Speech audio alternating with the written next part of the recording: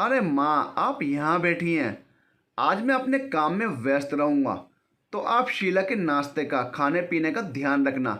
और मेरा नाश्ता, खाना पानी सब कमल से मेरे कमरे में ही भिजवा देना। राकेश अपनी माँ दुलारी देवी जी को ऑर्डर देकर अपने कमरे में चला गया। आज घर में शादी की तैयारियां जोरों शोरों से चल रही थी।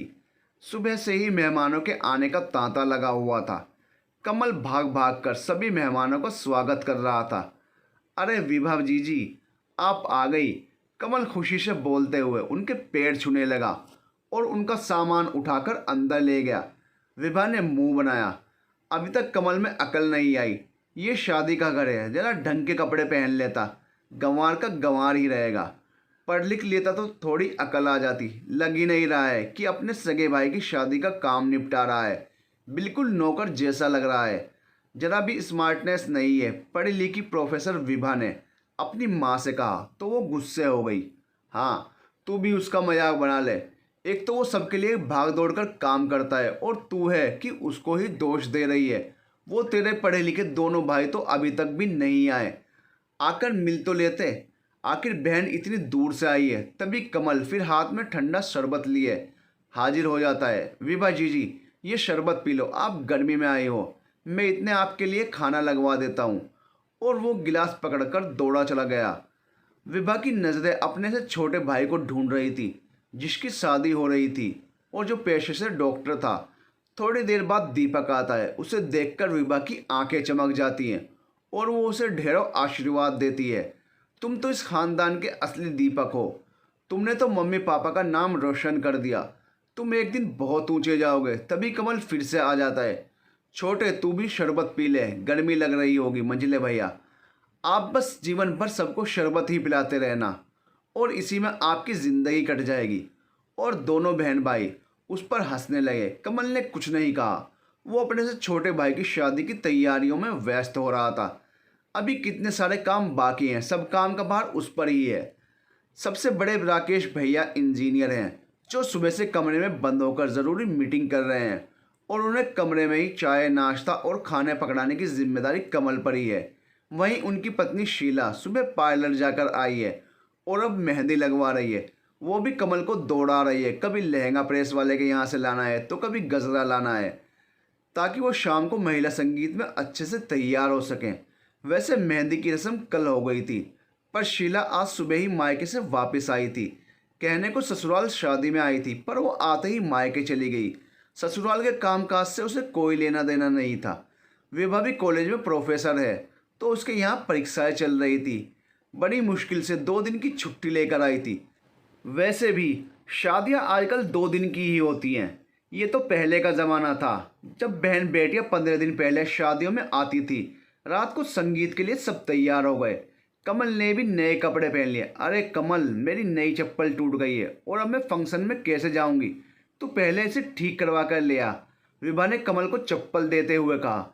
अभी रात को मोची कहाँ मिलेगा, ये कमल सोच ही रहा था। फिर दिमाग लगाया। वो मोची तो स्टेशन की पटरी के पास बनी झोपड़ी में रहता है। कई बार उसे वहीं से आते जाते देखा है। तो वो बाइक लेकर वहीं चला गया और चप्पल ठीक करवा कर ले आया।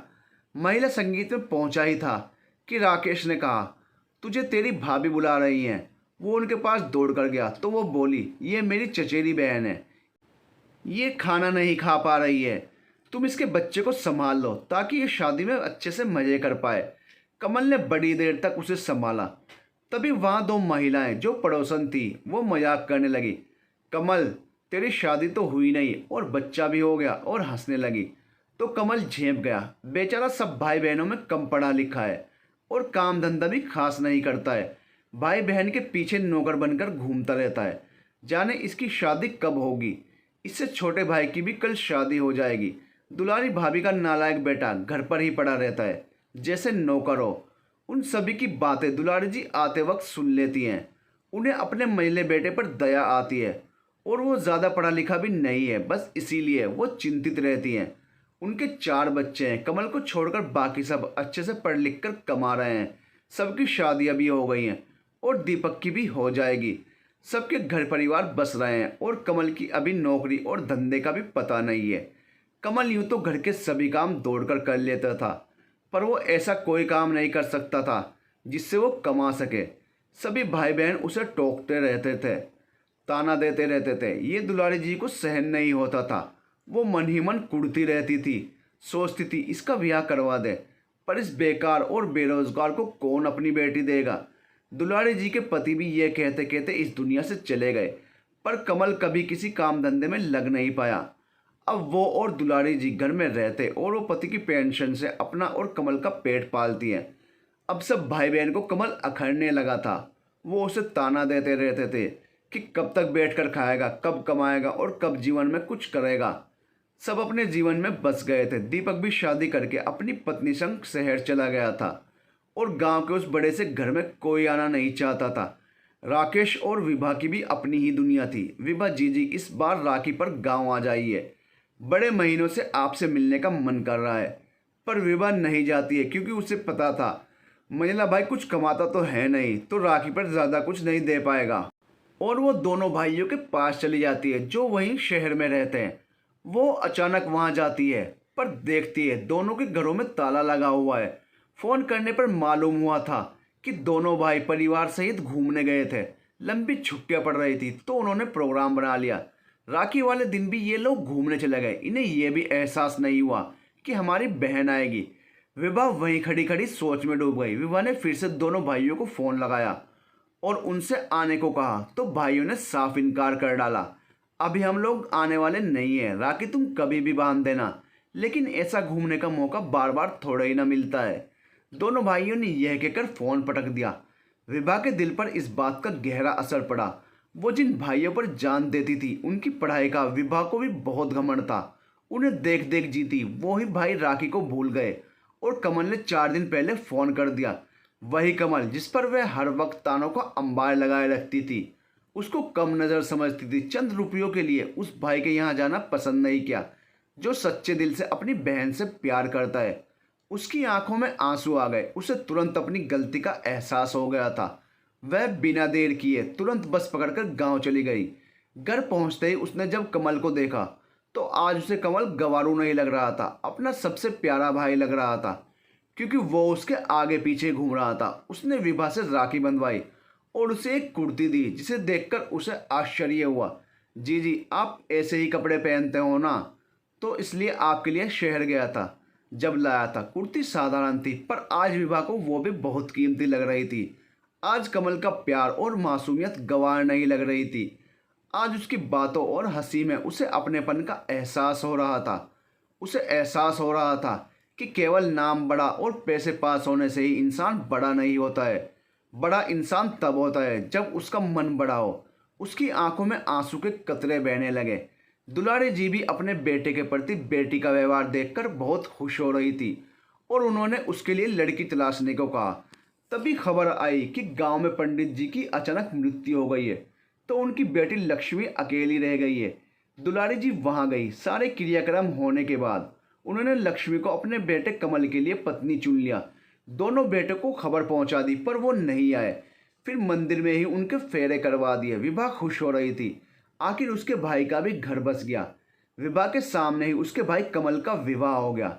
इस बात से विभा और भी ज़्यादा खुश नज़र आ रही थी। 2-4 दिन बाद लक्ष्मी ने कमल से कहा, हमारी शादी अचानक से हो गई थी तो मैं आपके बारे में ज़्यादा जान नहीं पाई। आप क्या काम करते हैं? ये सुनकर कमल सकपका गया और बोल नहीं पाया। तब दुलारी जी ने सारी बातें बताई तो लक्ष्मी को अपने पति के गुणों को सुनकर अच्छा लगा, पर उसने कमल को ये भी समझाया कि पति चाहे कितना भी कमा कर लाए, पत्नी को उसमें खुशी होती है। ससुराल वालों की कमाई के पकवानों से पत्नी को पति की कमाई से बनाई गई 2 रोटी ज़्यादा अच्छी लगती हैं। उन्हें खाकर वो गर्व महसूस करती है। अपनी पत्नी की बातें सुनकर कमल को महसूस हुआ कि उसे भी अब कमाना चाहिए, तो उसने जगह जगह काम करना शुरू कर दिया, पर कहीं भी उसे काम नहीं मिला। फिर पत्नी ने सलाह दी और कुछ जेवर और पैसे उसको मिले थे और उसका घर जहां वो अपने पिताजी के साथ रहती थी वो भी खाली पड़ा था, जो आगे पीछे उसका ही था। उसने वहां एक राशन की दुकान खोल ली। अब राशन की दुकान चलने लगी और लक्ष्मी जी भी कमल के साथ ही वहां काम करने लगी। अब अच्छी कमाई होने लगी। दोनों भाइयों ने सुना तो वो भी गांव आ गए और साथ में विभा भी आ गई थी। भाई की इतनी खुशहाली देखकर उन्हें भी अचरज हुआ। लक्ष्मी सिर्फ नाम की ही लक्ष्मी नहीं थी, उसके आने से घर में सुख समृद्धि भी आ गई थी। उसने दोनों भाइयों के परिवार का और विभा का अच्छे से स्वागत किया और खाना बनाया। दुलारी जी अपनी बहू से बहुत खुश थी। अपनी बहू के गुणगान करते थक नहीं रही थी। दोनों भाई किसी और काम से भी आए थे। पहले तो उन्हें लगता था कि कमल की शादी नहीं होगी तो माँ के जाने के बाद हम घर को आपस में बंटवारा कर लेंगे, पर अब कमल का भी घर बस गया था तो उन्हें डर था कि वो घर सब अकेला कमल हत्या लेगा, क्योंकि वो वहीं पर रहता है। एक दिन सब बैठे थे तो उन्होंने दुलारी जी से कहा, माँ इतना बड़ा घर है और आप 3 लोग ही हो। पहले तो हम सब मिलकर इस घर में रहते थे, पर अब ये बड़ा सा घर खाली पड़ा है। हम इसका बंटवारा कर लेते हैं ताकि सबको अपना हिस्सा मिल जाए। कमल को तो घर की ज़रूरत नहीं है, क्यों उसको उसके ससुर जी उसके लिए घर छोड़ गए हैं, तो ये घर हम दोनों भाइयों में बांट दीजिए। दुलारी जी और विभा जी ये बात सुनकर हैरान रह जाते हैं। उन्हें राकेश और दीपक से ऐसी उम्मीद भी नहीं थी। वो अपने सीधे साधे भाई का हिस्सा हजम कर रहे थे। ये सुनकर दुलारी देवी जी कुछ कहती इससे पहले ही कमल शांति से बोलता है, ठीक है आप घर का बंटवारा कर दीजिए, पर 2 नहीं 3 हिस्से होंगे। दोनों भाई सत्ते में आ जाते हैं। आखिर कमल ने अपना हिस्सा मांग ही लिया, 3 हिस्से क्यों, तो ये तो अपने ससुर जी का घर मिल गया है, पर तेरी भूख खत्म नहीं हो रही है। राकेश ने चिल्लाकर कहा, मैं विभा जीजी की बात कर रहा हूँ, उन्हें भी जायदाद और घर में हिस्सा मिलना चाहिए। मैं ज़्यादा पढ़ा लिखा तो नहीं हूँ, पर इतना कानून तो जानता हूँ कि आजकल बेटियों का भी बराबर का हिस्सा होता है। आप मुझे बंटवारे में से 1 रुपया मत दीजिए, पर जीजी को उनके हक का हिस्सा मिलना चाहिए। और माँ को मैं अपने पास रखूँगा, माँ मेरे हिस्से में ही आएगी। मुझे माँ के बिना रहने की आदत नहीं है। उनके प्यार और उनकी डांट की लत जो पड़ चुकी है। लक्ष्मी भी अपने पति की बात से सहमत होती है। कमल के मुंह से ये बातें सुनकर दुलारी देवी जी अपने बेटे को बहुत प्यार से देखने लगती हैं। उन्हें इस समय अपने बेटे पर बहुत प्यार आ रहा था और अपने बेटे पर बहुत गर्व महसूस हो रहा था। भाई के मुंह से जब विभा ऐसी बात सुनती है तो उसकी ये बात सुनकर विभा की भी आंखें भर आती हैं। दोनों भाइयों का चेहरा लटक जाता है। उनके पास एक शब्द भी कहने को नहीं होता है। वो जिस भाई का हक छीन रहे थे, वो भाई तो खुद अपना हक बहन को देने को तैयार है। राकेश भी रूंधे गले से बोला, कमल तू तो मुझसे भी बड़ा ज्ञानी निकला। मुझे अपनी पढ़ाई लिखाई पर घमंड था, पर मुझ में लालच आ गया, पर तू तो सबको प्रेम और भाईचारे का पाठ पढ़ा रहा है। जीवन में किताबी ज्ञान से ज़्यादा व्यवहारिक ज्ञान ज़्यादा ज़रूरी है, और तू तो इसमें माहिर निकला। हम जायदाद को लेकर लड़ रहे हैं, हमने माँ का ज़रा भी ख्याल नहीं किया, बस अपनी ही सोचते रहे। तभी दीपक भी आंसू बहाते हुए बोला, मैंने कभी आपका सम्मान नहीं किया। आप मुझसे बड़े हैं, पर आप पढ़ लिख नहीं पाए, तो मैं भी आपको गंवार समझता रहा। डॉक्टर हूँ, इतना कमाता हूँ, फिर भी मुझे लालच आ गया, आपका हक भी मारने चला था। मुझे माफ़ कर दीजिए, आपके पास तो कुछ भी नहीं है, फिर भी आप अपना हिस्सा जीजी को देने को तैयार हो गए, और हमारे पास सब कुछ होते हुए भी ये घर हम आपसे छीनने चले थे। दोनों भाई कमल के गले लगकर रोने लगे। विभा के भी आंसू बहते जा रहे थे। भाई मुझे भी माफ़ कर दें, मैंने हमेशा तीनों भाइयों के बीच भेदभाव किया है। मैंने इनकी पढ़ाई और पैसे की कदर की, पर तेरे प्यार और अपनेपन की हमेशा हंसी उड़ाई। पर तू तो सबसे ज़्यादा पढ़ा लिखा निकला। तू तो सबका दिल पढ़ लेता है, भावनाएं पढ़ लेता है, माँ की ममता को पढ़ लेता है। तुझ में पिताजी के सारे गुण हैं। आज तूने अपनेपन से पूरा परिवार को एक कर दिया है। इस घर में तू ही रहेगा, हम किसी को कुछ नहीं चाहिए। हम सब तेरा प्यार और अपनापन पाने के लिए यहाँ इस घर में आते रहेंगे। दोनों भाइयों ने भी हामी भरी। दुलारी जी अपने बिखरते परिवार को फिर से एक देखकर बहुत खुश थी। उन्होंने कमल और लक्ष्मी को ढेरों आशीर्वाद दिए। 2 दिन वहाँ रहकर दुलारी जी का आशीर्वाद लेकर दोनों भाई और विभा अपने अपने ठिकाने पर चले गए। आपने चाहे कितनी भी उच्च शिक्षा क्यों ना हासिल कर ली हो, परंतु आप अपने से कम पढ़े लिखे को गंवार बताओ, उसकी हंसी उड़ाओ, तो ये गलत व्यवहार है। भाई बहनों में सिर्फ प्यार होना चाहिए, पैसे और पढ़ाई को नहीं देखना चाहिए। परिवार में बिखराव की जगह एकता होनी चाहिए। जिस परिवार में एकता होती है वही परिवार सुखी संपन्न परिवार होता है, जो कि आज के समय में बहुत ही कम देखने को मिलता है। एकजुट होकर रहने में ही घर परिवार का मान सम्मान होता है।